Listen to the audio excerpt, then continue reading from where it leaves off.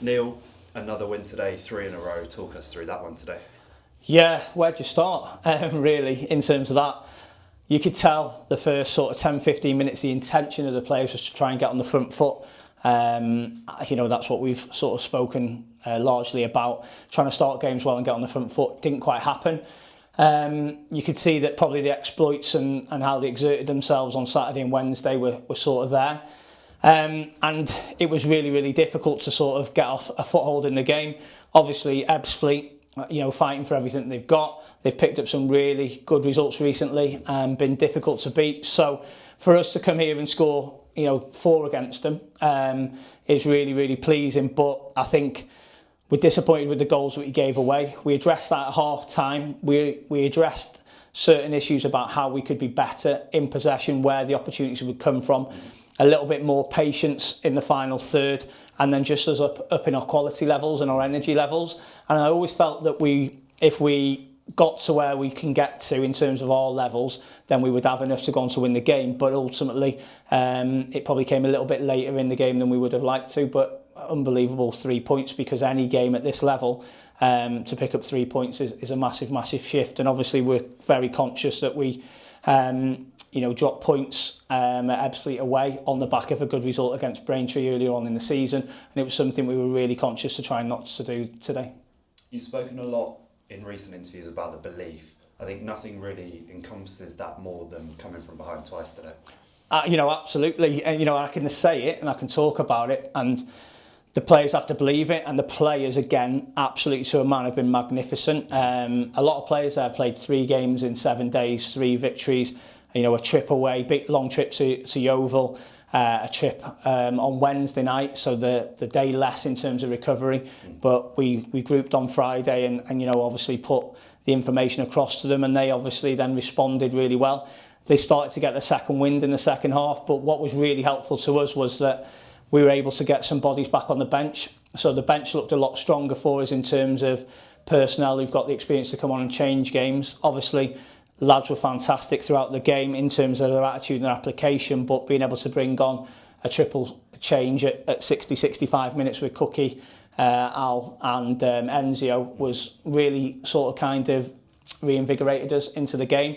And obviously we went from strength to strength and went on to win the game.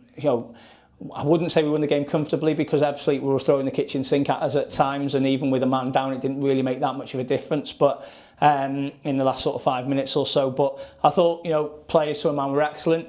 First half not as good as we would have liked to have been, but second half we got onto the front foot and scored the goals, and then the fans came with us and started to make the noise to drive us over the line. I think in the games against Yeovil and Gateshead, we conceded just before half-time. I think this week it was us. So how much of a difference does that make going to half-time having just scored? Yeah, absolutely. I think that you're spot on. I think obviously Harrison took his chance really, really well.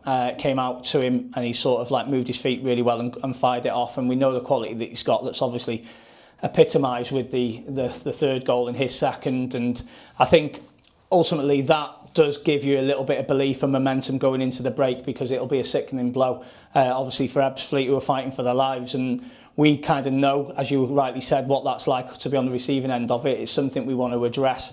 And we took that momentum into the second half, and the belief and the team spirit.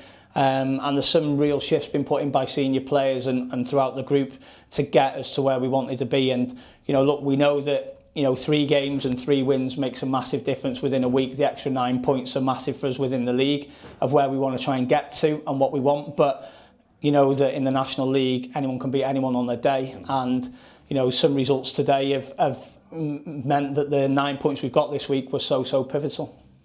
In the last 3 games, we've risen 4 places. I think something about this division is knowing how important it is that it can shift either way in both games and keeping grounded. Yeah, absolutely. Look, we've got a real good group that's full of character. Like I say, I keep referring back to the Gateshead game was almost a flick of a switch.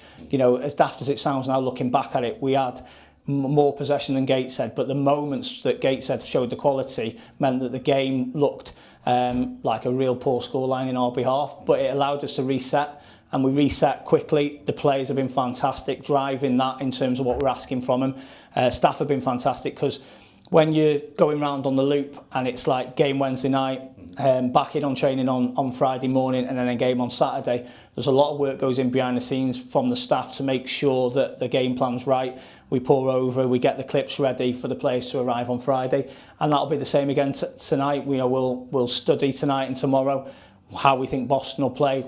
Players will be in on Monday, we'll get the game plan ready, and hopefully the idea is to go and keep it moving forward and get another 3 points, which will be very difficult against a good Boston team that's improving under Graham Coughlin.